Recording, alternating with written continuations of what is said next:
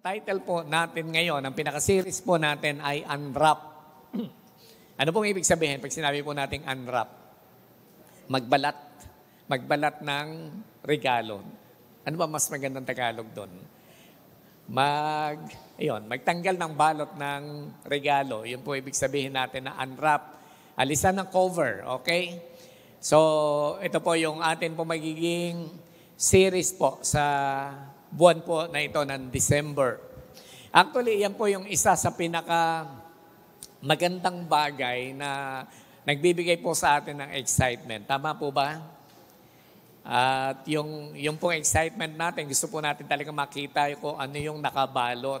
Di ba? May mga exchange gift.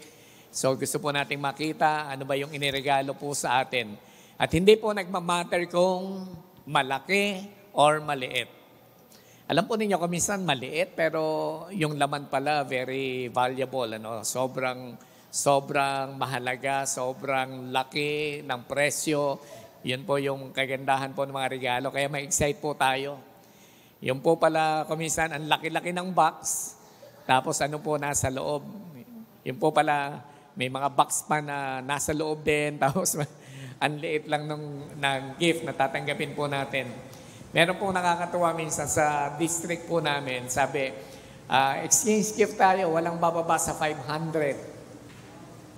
Pero dahil po sa kabisihan po ng panahon, yung iba hindi po nakakabili po ng gift.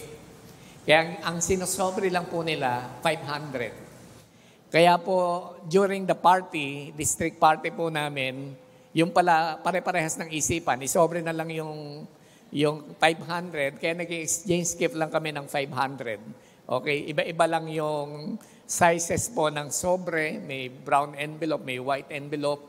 Meron po yung mga Chinese character. Okay, so iba-iba lang.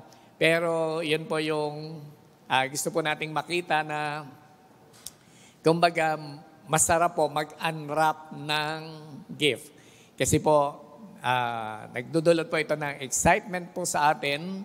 At nagiging thankful din naman po tayo. Lalo na po mga kapatid, ang i-unwrap po natin ngayon ay yung pong tungkol po sa Kapaskuhan, paano po inihula ang Kapaskuhan at paano po ito nangyari. So ang title po natin ngayon ay The Promised Redeemer Foretold. Unang panahon pa lamang po mga kapatid, okay? Unang tao pa lamang po, ipinangako na po ang tagapagligtas. Saan po natin makikita yan? Genesis 3:15. Genesis 3:15. Pwede po ba mga kapatid, tumayo po tayong lahat para po sa pagbasa nito pong verse po na ito. Genesis 3:15, samahan po ninyo ako. 1, 2, 3. And I will put enmity between you and the woman, and between your offspring, and he will crush your head, and you will strike his heel. Tayo po ay manalangin. Lord, maraming salamat po sa inyo sa umagang ito. Salamat po sa mga salita po ninyo na amin pong i-meditate. Tulungan niyo po, Panginoon, na may steer, mapukaw ang amin pong mga puso, Panginoon, sa inyo pong pag-ibig, sa inyo pong grace and mercy, sa amin po na mga tao na makasalanan. Na nung una pa man, Panginoon, ipinangako niyo na po, Panginoon, meron na pong provision of salvation, meron na pong provision ng inyo pong pagpapatawad. Salamat po, Panginoon. At ngayon pong umaga, lalo po namin kayong mapapurihan at lalo po namin maikumit ang amin pong sarili sa isang Diyos na nagmahal po sa amin. Ito po ang aming panalangin in Jesus' name. Amen and amen. So dyan po makikita po natin mga kapatid that the first prophecy in the Bible is about Jesus. Okay? Sabihin nga po natin, first prophecy. Actually, marami pong prophecy sa Bible, pero at this very early, sa book ng Genesis, right after na magkasala po ang tao, meron na pong prophecy in the Bible, and the prophecy is about Jesus. Okay? Inihula na po ang gagawing pagliligtas ng ating Panginoong Jesus. Okay? Normally, nababasa po natin yan, beginning the Gospel, Book of Matthew, okay, the Gospel of Matthew, mababasa po natin yan. Pero maganda po, ma-unwrap po natin, mabalatan po natin na sa Genesis pa lamang po, inihula na po yung bagay po na yan. Yung verse natin mong binasa, and I will put enmity between you and the woman and between your offspring and hers. He will crush your head and you will strike his heel. Ang binabanggit po dito ay si Jesus. Sabi po, yung babae, si Eva, at yung ahas, yung kaaway, si Satan na nagkanyang ahas, mananatiling magkaaway po yan. And between your offspring and hers, yung lahi, di ba? Yung lahi ng kaaway at ganoon din po yung lahi ng babae, mananatili po yung magkaaway.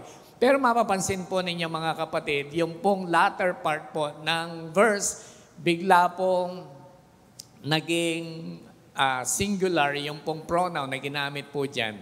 Pag sinasabi pong descendants, mukhang iniisip natin, buong lahi.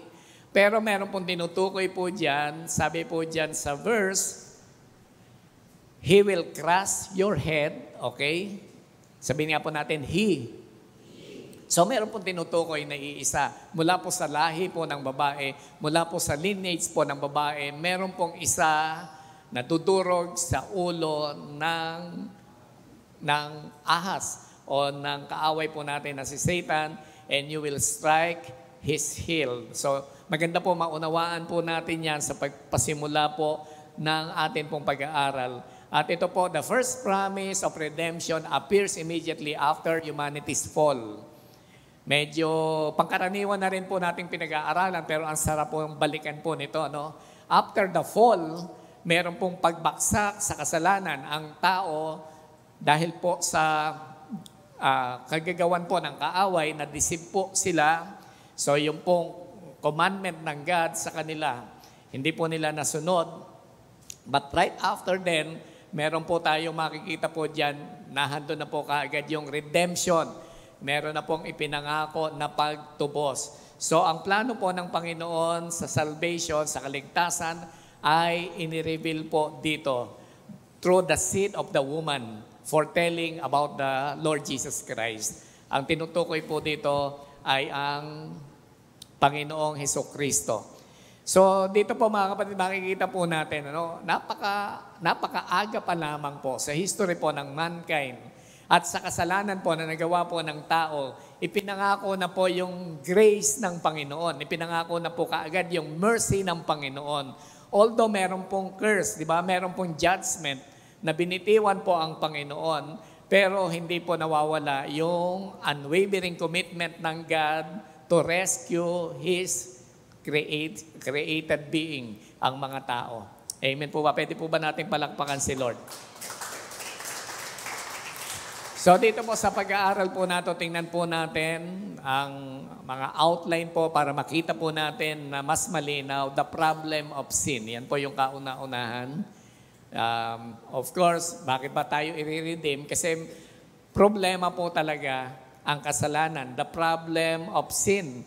Makikita po natin yan sa Genesis 3, verse 6 and 7. Ito po yung fall of mankind. Ito po yung kasalanan na ginawa po ni Eva at ni Adam. Okay? Yung disobedience po nila, inintroduce po dito.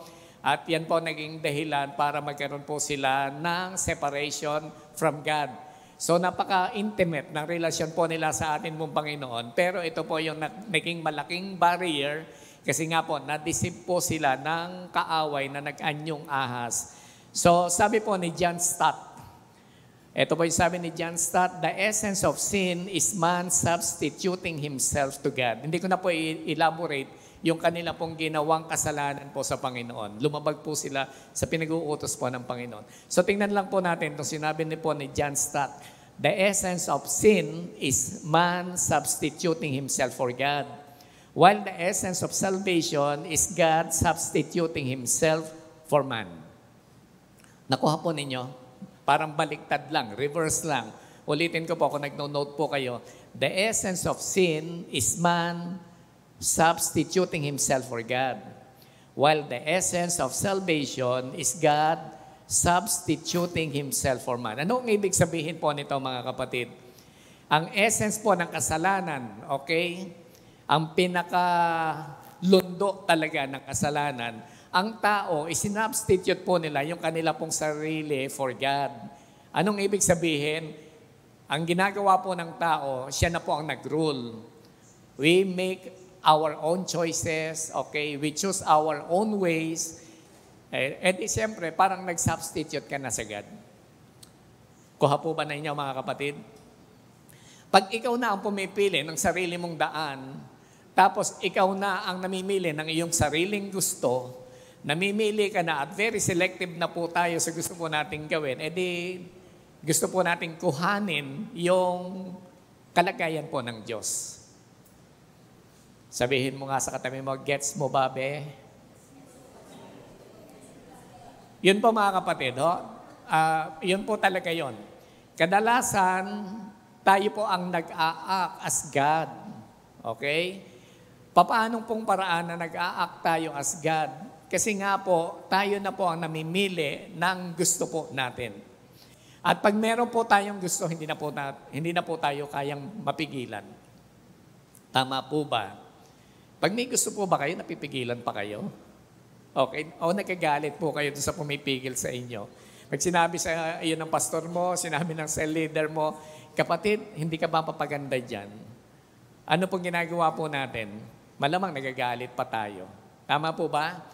E di, nagmumukha na po tayong si God kasi mas gusto po nating sundin yung atin pong sarili kaysa po sa gusto ng Panginoon na mangyari po sa atin. At ang dulo po nito mga kapatid, kapahamakan po natin sa totoo lang.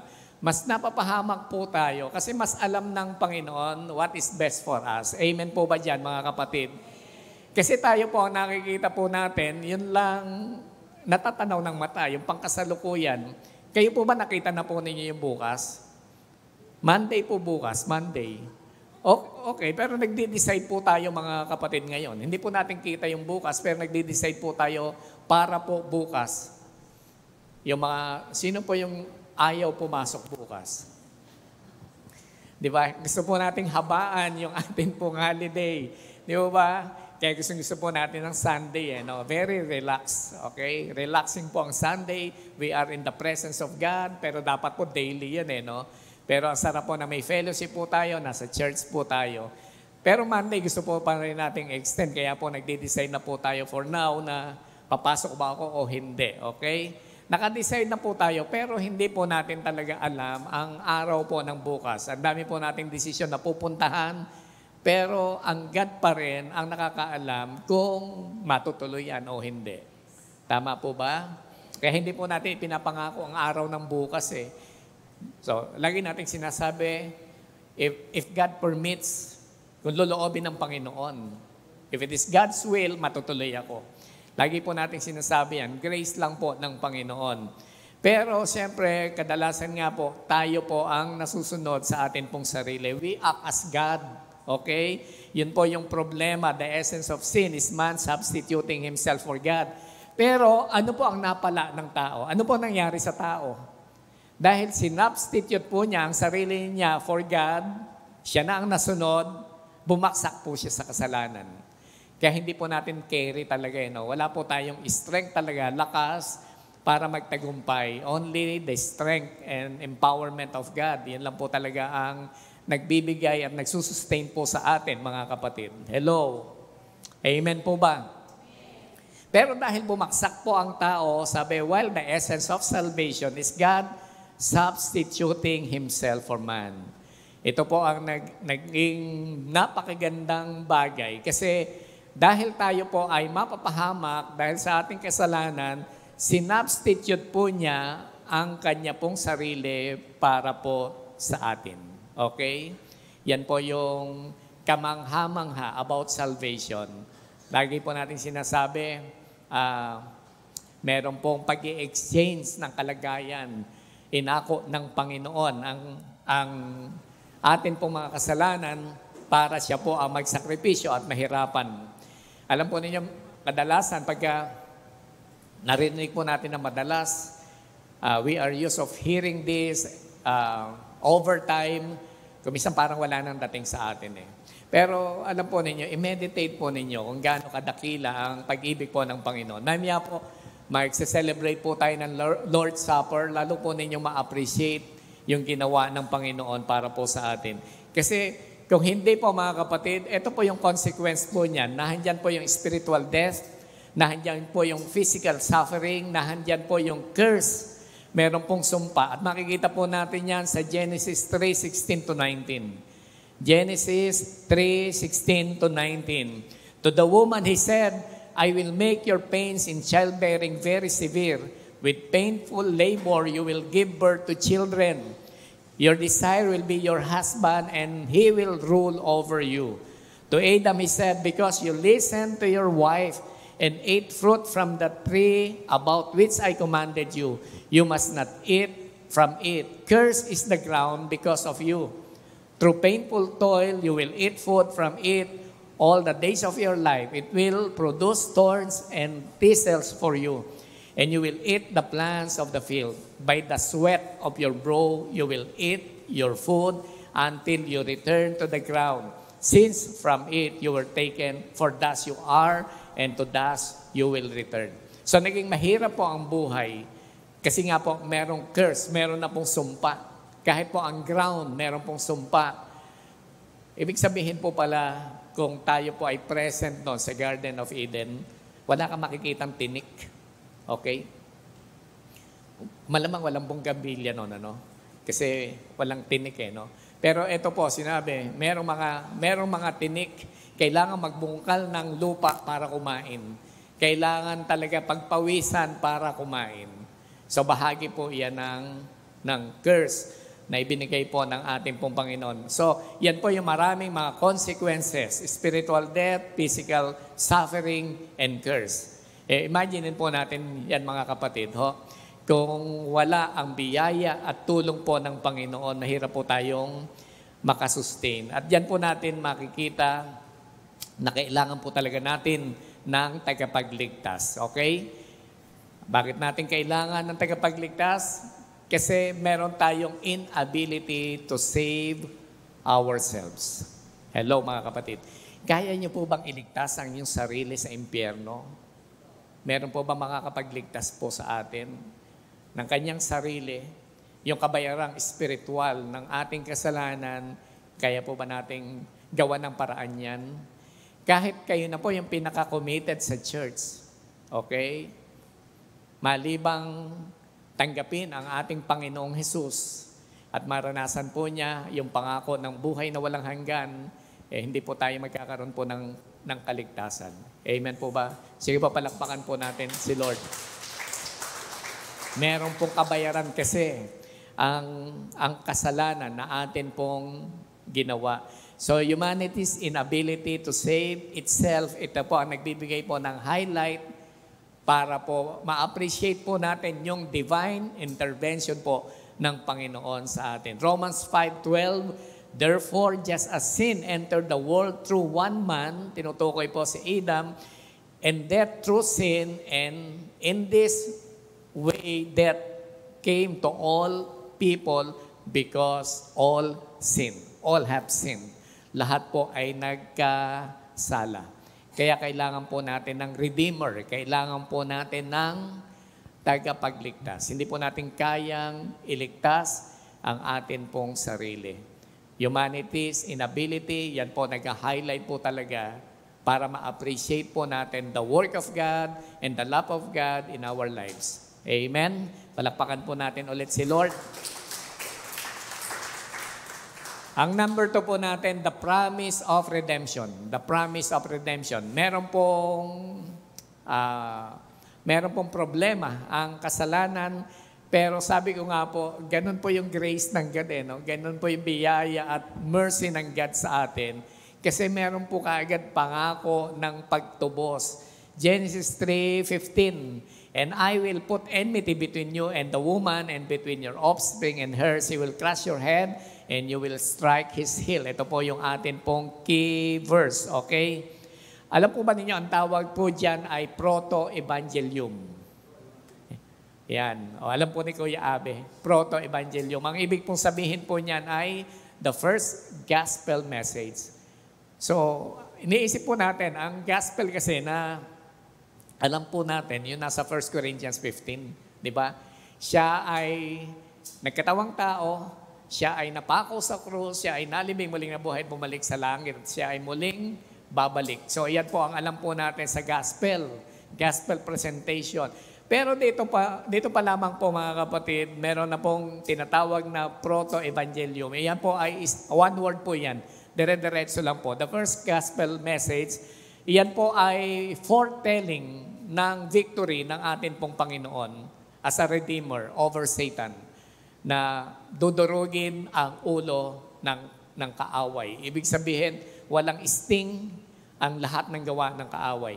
Kung ang kaaway dahil sa kasalanan, tayo ay mapapahamak at tayo ay mamamatay spiritually, pero alam po ninyo, dahil sa kamatayan po ng Panginoong Jesus doon po sa krus, yan po ang dumurog ng ulo ng kaaway para siya po ay manatiling talunan at meron pong victory ang atin pong Panginoon. That's the crushing of Satan and the ultimate victory of our Lord. Isaiah 7:14, therefore, the Lord Himself will give you a sign. The virgin will conceive and give birth to a son and will call him Emmanuel. Sabihin nga po natin, Emmanuel. Na-appreciate ko po yung awitin po natin kanina. Although, hindi ko alam kung mga bagong kanta po yan na pinakanta po ni Joby kanina. Kasi hindi ko po alam no? Baka matagal na rin pong kanta na hindi po natin masyadong kinakanta, itinaawit po dito sa atin pong church. Pero ma-appreciate po natin na nahandun po yung katangian ng Diyos, yung pagpupuri sa Diyos, and yet nahandun din yung essence po ng Kapaskuhan. Okay, sabi, we'll call Him Emmanuel. So, 1 Corinthians 15:54 to 57, dito po natin makikita yung binabanggit na crushing of Satan and the ultimate victory of Jesus. 1 Corinthians 15:54 to 57. Pwede po ba nating basahin, mga kapatid, ng sabay-sabay? 1, 2, 3.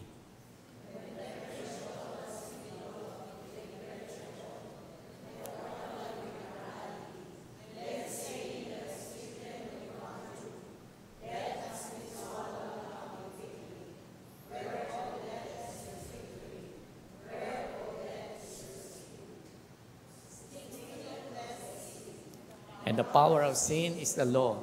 But thanks be to God, He gives the victory through our Lord Jesus Christ. So, binabanggit po, ang background po nito kasi, yung resurrection of the Lord Jesus Christ Di ba ba? Yung resurrection po ni Jesus Christ after His death, yan po ang nagpapatunay na tinalo po niya ang kamatayan. Kaya alam po ninyo, ang hirap kong intindihin po ito sa Tagalog. Kahit po pala sa English, medyo mahirap din. Sabi, when the perishable has been clothed with the imperishable, naintindihan po ninyo? Ako din po hindi ko maintindihan. May mag-Bible study po tayo. After po ng atin pong gawain, pangunahan po tayo ni Kuya Abe. Sabi, kapag ang nasisira ay nadamitan ng di nasisira. Okay? Ibig sabihin po talaga, yung atin pong katawan, nasisira po yan, mamamatay po yan. Pero spiritually speaking, binalutan na po yan, meron pong resurrection, okay? Meron pong buhay na walang hanggan. Kaya po sa bandang huli, tinatanong po ni Paul, where, O death, is your victory? Where, O death, is your sting? Nasa na kamatayan ang iyong kapangyarihan? Nasa na ang iyong sting? Nasa na ang iyong ano ba tawag yan? Kamandag. Di ba? Sting. Ano po, Kuya Abe? Tibok. Nasa na ang iyong tibok. Okay? Nasa na yung, yun nga, sting. Di po ba? Yun po yung sinasabi po ng verse na yan, mga kapatid. And the sting of death is sin. Tama po ba? Yun po talaga yung tibok, di ba? Ng kamatayan, yung kasalanan, and the power of sin is the law. Kasi meron pong law, nakakalabag po tayo sa batas, nahanap po ang kapangyarihan po niyan. Okay? But thanks be to God, He gives us the victory through our Lord Jesus Christ. So the crushing of Satan, Christ's ultimate victory over sin, death, and devil. Okay? Yan po na makikita po natin, mga kapatid. Pinakita po yan ng resurrection po ni Jesus Christ. And number 3, diba, mayroong problem ang kasalanan. What's next? The promise of redemption. And then the fulfillment in Christ. Yan. Maganda po yan, mapag-aaralan po natin. Meron po tayong 5 Sundays ng December. Tama po ba? Mapag-aaralan, nawa po ay masubaybayan po natin yan. Sinimula na po natin from the book of Genesis na ito po ay inihula na, it was being foretold at ma-appreciate po natin yung kagandahang loob ng Panginoon po sa atin. The fulfillment in Christ. Galatians 4:4-5. Ngunit nang dumating na ang takdang panahon, isinugo ng Diyos ang anak sa mundo. Sino yung anak na tinutukoy? Si Jesus. Ipinanganak siya ng isang babae at namuhay sa ilalim ng kautusan para palayain ang nasa ilalim ng kautusan. Nang sa ganoon ay maging anak tayo ng Diyos. Okay? Dahil po sa kautusan, tayo po ay nalipin ng kasalanan. But thanks to Jesus Christ, because He gives us grace enough para po tayo ay maging mga anak ng Diyos. Okay? So, Jesus as the promised seed, na-fulfill po yan through the incarnation of His Son. Dahil ipinanganak po ang tagapagligtas. At ang kanya pong purpose, ang kanya pong mission talaga, bakit po siya ipinanganak ng isang babae at namuhay bilang tao sa kabila ng siya ay isang makapangyarihang Diyos para i-reconcile po ang humanity. Binigay po niya yung dapat na sacrifice na dapat po niyang gawin on the cross para po ma-reconcile po tayo sa God. Amen. Pwede po ba nating palakpakan ulit si Lord? Colossians 1:20, and through Him to reconcile to Himself all things, whether things on earth or things in heaven, by making peace through His blood shed on the cross. Ganda po ng verse na yan. Yan po talaga ang nagpa-reconcile po sa atin, na tayo po ay hiwalay sa Diyos, pero iyan po ang naglapit po sa atin sa Diyos. Tayo po ay mga suwail, tayo po ay gumawa ng kasalanan, okay? Lumayo po tayo sa Panginoon, hindi po nag-disobey po tayo sa Kanya, pero ang nagbayad po niyan talaga ang Panginoong Hesus para ma-reconcile po tayo sa atin pong Diyos. So, sobrang thankful po tayo. Ito po, kaya po pala kapag Kapaskuhan, yung sabi natin, parang iba ang atmosphere ng spirituality kapag Kapaskuhan. Kasi dama po natin yung pag-ibig ng Diyos at yung ginawa po ng Diyos para po sa atin. Ano po ang application po sa atin yan sa pagkakataon pong ito, mga kapatid? Matapos po nating marinig, ganun po pala ang ginawa ng Panginoon. Great is His mercy, dakila ang Kanyang kaawaan, sobrang taas ng Kanya pong pag-ibig po sa atin. Ano magagawa po nating application today? Ang una po, victory over sin. Huwag po nating ikarir ang mga kasalanan. Huwag po nating ikarir ang atin po mga kahinaan. Kasi binibigyan po tayo ng lakas ng atin pong Panginoon. Romans 6:6-7.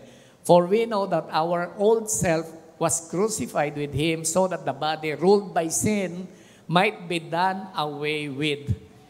That we should no longer be slaves to sin, because anyone who has died has been set free from sin. Okay? Ano daw po, mga kapatid? Dapat alam po natin na yung old self, yung lumang pagkatao po natin has been crucified with Him, has been crucified with Christ. Kaya po, hindi na po nagro-rule ang kasalanan po sa atin. Bakit po, mga kapatid? Patay na po tayo dapat. Okay? Patay na po tayo dapat sa atin pong sarili, that we should no longer be slaves to sin. Pagpatay na po ang isang tao, kaya po bang gumawa ng masama? Hello? Hindi na po kasi patay na, di ba? Yung mga senses po natin, yung desire po natin, wala na Yung appetite po natin, wala na rin. So, ano po ang mangyayari? Okay?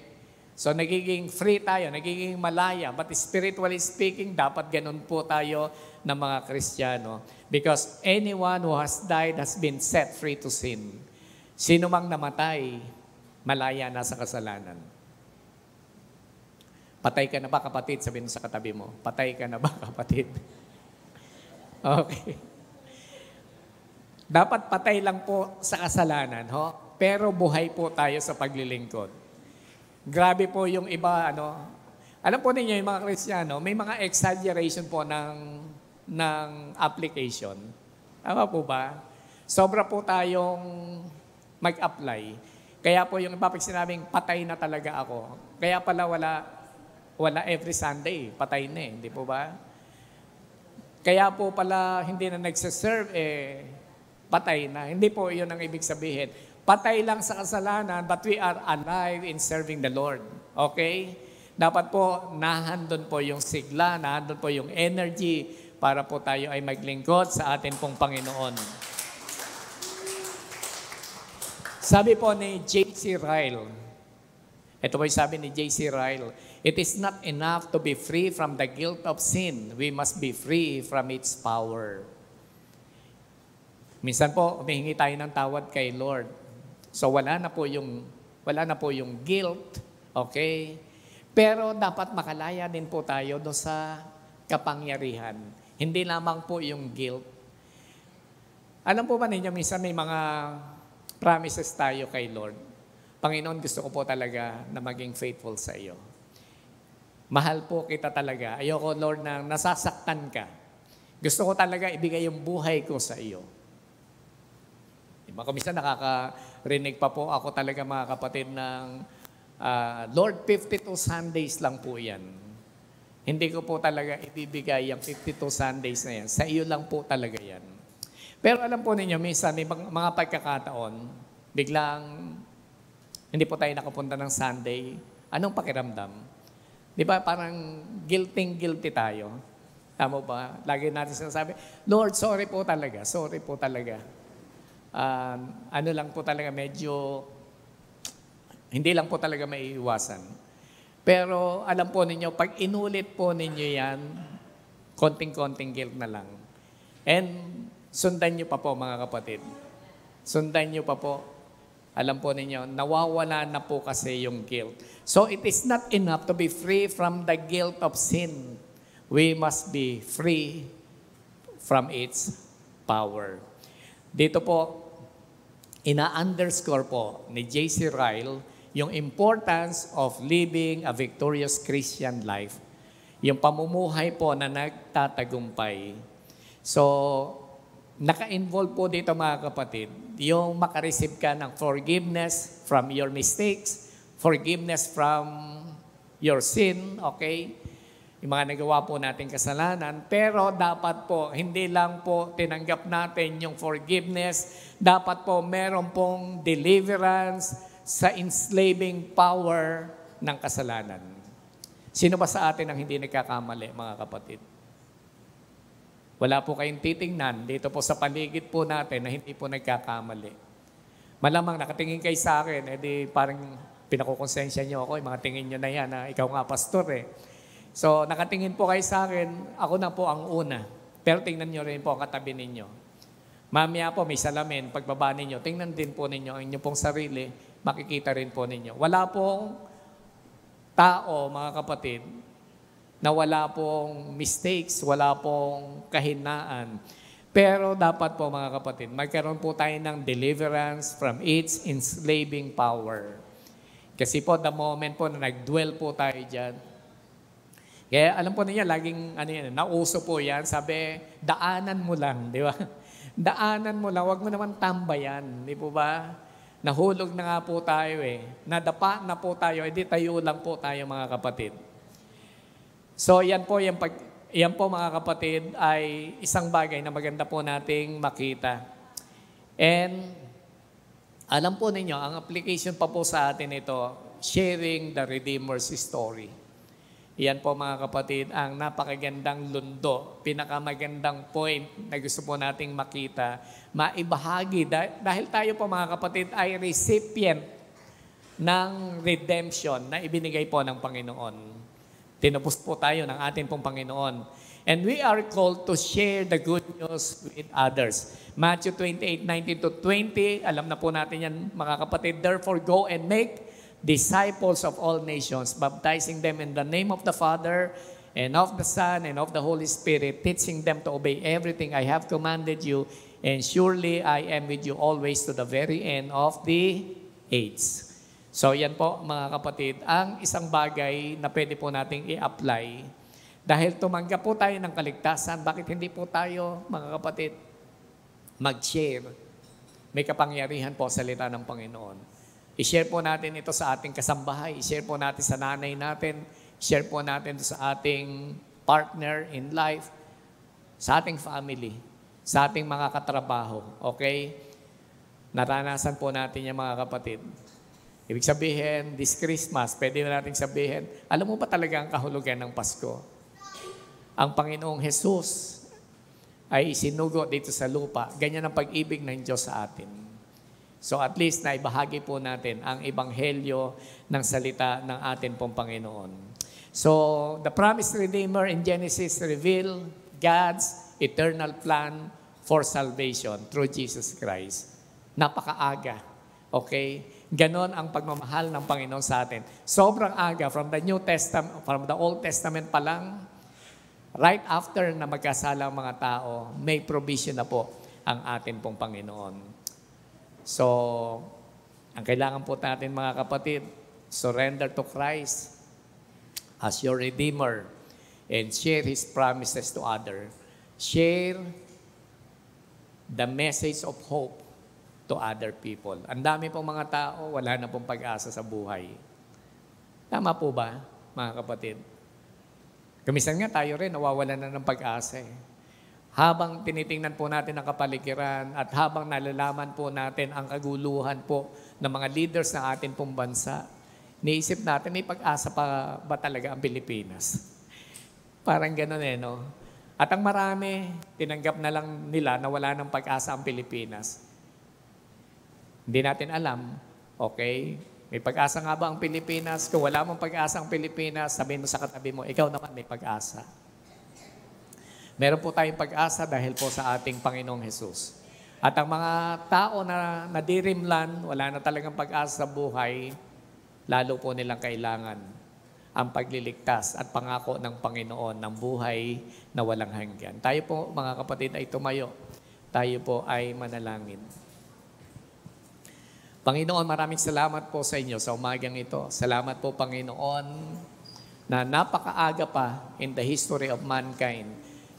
Ipinangako niyo na po, Panginoon, ang provision ng inyo pong pagliligtas. Salamat po, Panginoon, sa inyo pong kabutihan. Salamat po, Panginoon, sa inyo pong pag-ibig.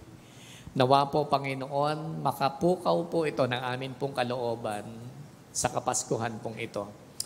At makita po namin, Panginoon,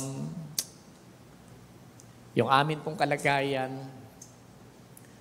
at makita po namin ang malaki po ninyong pagpapahalaga para po sa amin. At maging dahilan po ito, Panginoon, para lalo po namin i-commit ang amin pong sarili sa inyo at ma-commit din po namin ang amin pong sarili in sharing the gospel, sharing the good news to others. Samahan niyo po kami, Panginoon. Ito pong buwan po na ito, ma-celebrate po namin, Panginoon, ang inyo pong goodness, O God. Palagi, Panginoon. Pero gusto po namin, Panginoon, ito pong Kapaskuhan pong ito, may kakaiba po kaming pagdiriwang. Dahil nare-realize po namin, kung wala po kayo, wala pong kabuluhan ang buhay namin at wala po kaming pag-asa. Salamat po ng marami. Ito po ang aming panalangin. In Jesus' name, amen and amen.